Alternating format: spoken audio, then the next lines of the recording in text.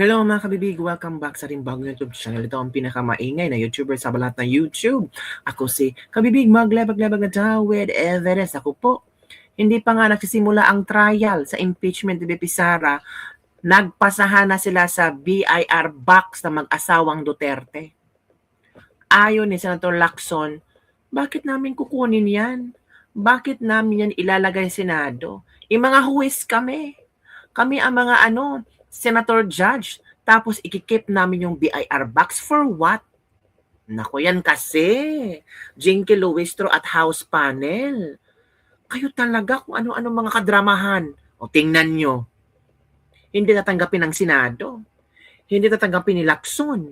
Kasi labag sa batas. Nako po. So, posibleng matatapos ang impeachment ni BP Sara nang dahil lang sa BIR box na gusto nilang pabuksan. Confident si Lily de Lima. Sino pa bang, si Adjong, sino ba si, yung malaki ang ilong? Si Koki ba yun? si Ridon. Confident sila. Na itong BIR box ang siyang maging hadlang, hindi hadlang, maging sagot sa lahat ng mga katanungan tungkol sa pera ni VP Sara, tungkol sa ill-gotten wealth ni VP Sara. Sige, buksan nyo, papasukin ako. Yun na nga kabibig. Parang hindi nagustuhan ni Lacson, yung parang pinagpapasapasahan na ang BIR box. Well, ang defense team ni BP Sara, payag namang buksan ang BIR box. Payag sila, walang problema doon. Sino ba may dala ng BIR box? Kayo. Sinong gustong buksan ang BIR box? Kayo. Sino ang lalabag sa konstitusyon? Kayo. Hindi kami. O sige, payag kami buksan nyo. Buksan nyo na. Magkaalaman na. Baka end of the story na ang end on script nyo. Ay, ito kabibig na-interview sa Senator Ping Lacson tungkol sa BIR box na pilit talaga ng mga House Prosecution Panel pubuksan nila. Sabi dito impeachment court, hindi tungkuling i-safe keep ang BIR green box. Ayon lang isip. Bakit? Ito kabibig ito ang sabi ni Lacson. Kinig tayo. Wala kaming business para magtago ng ebidensya. Correct. O mag-safe keep ng ebidensya. Yung ebidensya, ipipresenta yan ng prosecution o kaya ng depensa. Opo. Iniwan sa amin yung box. Ano gagawin namin doon? Korte kami. Tama. Kaya ang isang napagkasundo namin, soli namin yun kasi unang-una, labag sa batas, hindi ang impeachment court o maski anong korte ang mag-unseal nun.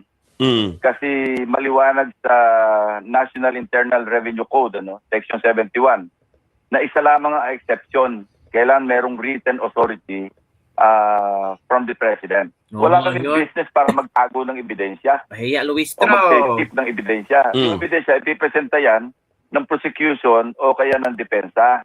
Opo. Iniwan sa amin yung box. Ano gagawin namin doon? Korte kami. Kaya ang isang napagkasundo namin, soli namin yun kasi unang-una, labag sa batas, hindi ang impeachment court o maski anong korte ang mag-unseal nun.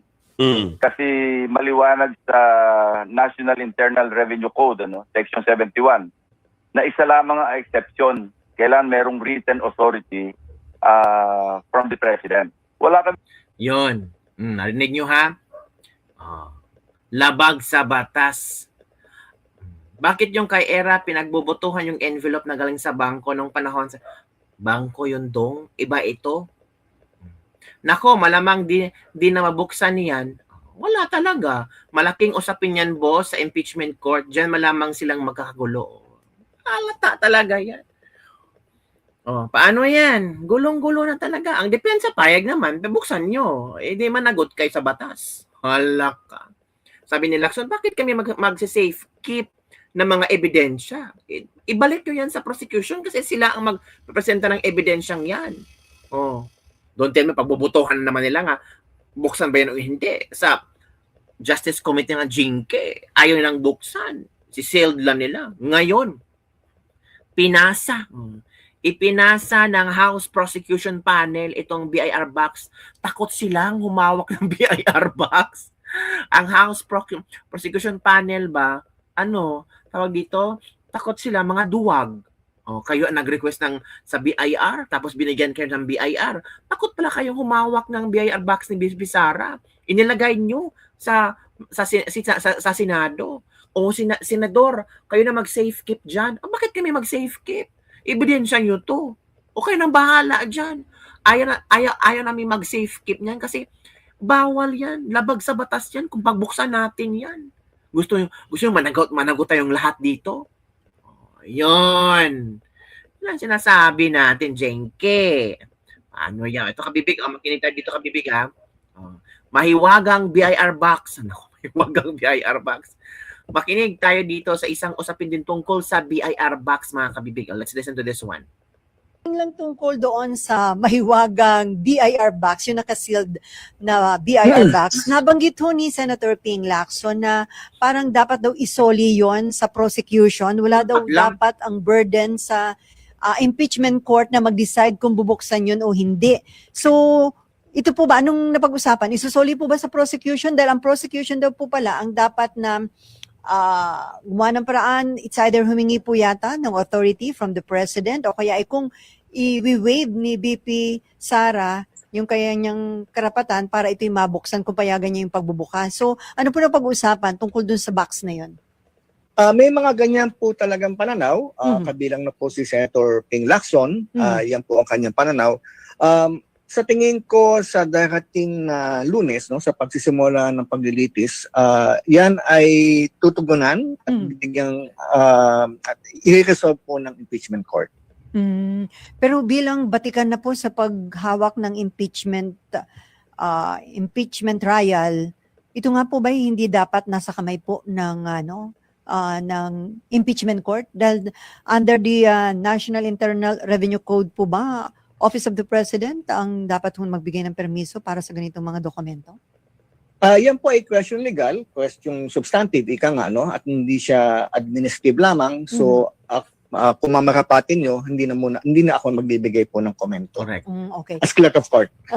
So, sir, on Monday, ang mangyayari, mabilis lang po ba yung mangyayari on Monday? Hindi pa start talaga ito nung paglilitis, pagpipresenta ng mga ebidensya at saka ng mga testigo? Sa huling pag-uusap, hindi pa muna. Kamukha po nung nangyari nung huling impeachment trial natin, no? Hanggang dun sa opening statement ng magkabilang partido. And then entry of appearance, babanggitin na po yung mga tatayo na mga sa panig ng prosecution at ng depensa. Opo, bali call to order, tapos appearances, no? Yung mga kailangan i-on record na po ng mga abogado, yung kailangan appearance before court.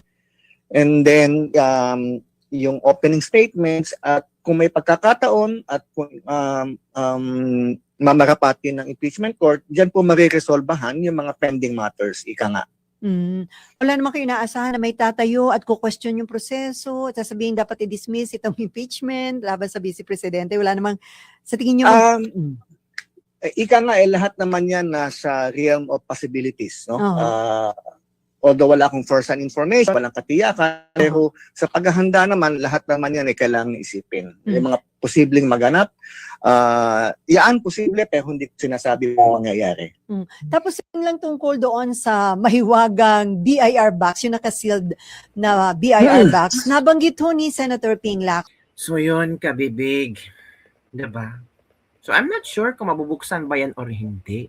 On the other hand, kabibig, ang prosecution, ang House prosecution, ay nanghihikayat sa sambayanang Pilipino na sumama sa kanila na manalangin para makonvict si BP Sara. O ikaw, sasama ka ba sa paghihikayat ni Lele de Lima, ni na Jinky Luis na tulungan niyo po kaming manalangin na sana makonvict si BP Sara. Taong bayan, sambayanan. Ito na ang pagkakataon para sa accountability and transparency. Inakaya ka naman, Jinky. Lalo ka na Lele de Lima. Ang dami pang mga pending kadramahan. Tapos, ay iwan ko na lang sa 18X Marines. Kayo na bahala dyan. Dalawang ito. Ito kabibig, oh. Ito yung si Lele de Lim. Ito na. Galak po tayo. Natutuwa po tayo na mukhang wala na talagang hadlang Oo. yung pagsimula ng impeachment trial Mm. sa Lunes. Wala kami Mhm. nakikitang final ng kabila na na ngayon ay sasabihin nila na hindi na matutuloy. Wala rin pong announcement ang Senado na hindi matutuloy. In fact, yung kanilang announcement is matutuloy na talaga. So tuloy na tuloy na. Kailangan talaga ay pakinggan ang ebidensya, Mhm. tapusin ang proseso, huwag hadlangan. Ma'am, ano po yung Malapit na po yung iniintay na matagal na ng sambayan ng Pilipino. Sabay ng Pilipino na naman. Nagsisimula na yung paglilitis Ewan ko sa inyong dalawa. kaso ng impeachment laban kay Puro Vice sambayan ng President Pilipino. Duterte. At ang inaasahan natin ay tuloy na tuloy po yan. Magkakaroon under the Senate Rules of Impeachment, magkakaroon ng opening statements ang magkabilang kamig. At pagkatapos nun ay tutuloy-tuloy na yung pagpepresenta na ebidensya. Ito naman, komento ng ating mga netizen. Happy na naman si Janelle. Saka makita din namin kung paano kayo pakainin ng alikabok. Tuwang-tuwa si Janelle. Wala nang hadlang, may bagyong darating si Inday. Baka may lindol pa. Yung flood control, hindi nyo matutukan. Mga hinayupak kayo. Siguraduhin nyo munang manalo kayo. Baka balikan kayo niyan. Paldo si Janelle. Dito, malaki ang buka ni Manalo. Talagang nakakaabang kami kahit hindi mo sabihin sa ba. Mao ba? Manang Janelle, where na you, Lola mo? Ang tagal nito, mas mga buarya sila ba nga? Tutukan nyo muna ang flood control. Nasaan kaya si Janelle? Tuloy na para makita ang katotohanan para sa sambayanan ng mga tao. God bless, salamat sa laban.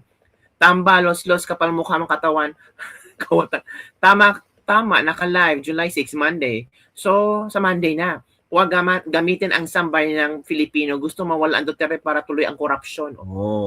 Nabibigayin ang komento ng ating mga huwag gamitin ang sambayan ng Pilipino. Puro lang kayo sambayan ng Pilipino. Hindi pa pwedeng para sa inyo. Di ba? Huwag puro sambayan ng Pilipino. Kasi nakakasuka. Nakakasuka ba? Gamitin nila ang sambayan ng Pilipino. Tapos ang sambayan Pilipino, alam ang mga baho nila. Like, si ito? Ito si Lele de Lima. Ito si Jinky Luistro. Lele de Lima, sabi ng 18 ex-Marines, nakatanggap daw dito umano ng mga, alam nyo na, pera daw. Hindi lang sa maleta, kundi sa paper bags. Sabi ng 18 ex-Marines sa kanyang affidavit. Ito si Junel. Itong si Jinky Luistro, nakatanggap din nung panahon ng Quadcom daw. Pero, huwag tayong magmalinis kasi hindi rin kayo malinis. Kung si VP Sara, sabi nyo, ay nagnakaw o kinurap ang confidential funds, kayo din. Walang malinis na tao or politiko. Puro kayo mga hambog, mga bodolero, mga magnanakaw. Diba? Excuse lang sa mga politiko na talagang nakukonsensyang magnakaw ng pera ng taong bayan. Meron ay mapipili pa rin yan eh. Yung hindi lang puro bibig nila sambay ng taong bayan. Puro lang sambayanan, taong bayan. Hindi man nahihirapan yung dila nyo magsalita ng taong bayan, sambayanan. Hindi ba parang hindi kayo nasusuka o nakukonsensya? Diba? Itong mga party list na Lele de Lima at ni Chel Jokno, anong nagawang programa nyo? Kasi palagi namin nakikita yung mapapa-interview kayo tungkol sa impeachment ni VP Sara, pero wala man lang kayong pinakitang programa na pwedeng sabihin ng sambayan ng Pilipino, you're doing a great job. Na sinasahuran kayo ng sambayan ng Pilipino because you're doing a great job. Kahit konti lang ang budget ni VP Sara, no? Pero ang dami. 4 straight years. COA unmodified. Tapos ngayon, DBP. Very satisfactory ang rating ni VP Sara. Kayo, ano kayo mga ratings nyo? Kasi bula-bula yung mga bibig nyo eh. Puro impeachment pinag-uusapan nyo. Ano kayo nagawa yung programa para sa sambayan ng Pilipino?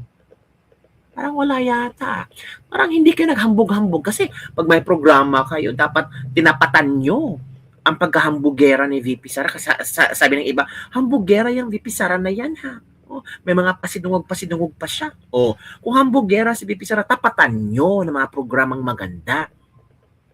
Diba? Yun kabibig. Walang matapat sila. Kasi puro lang impeachment ang nasa isip nila.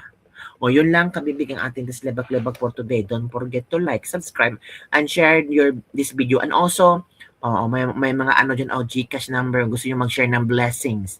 Sa mga may blessings lang, sobrang blessing, share nyo naman. Bye everyone! See you next time!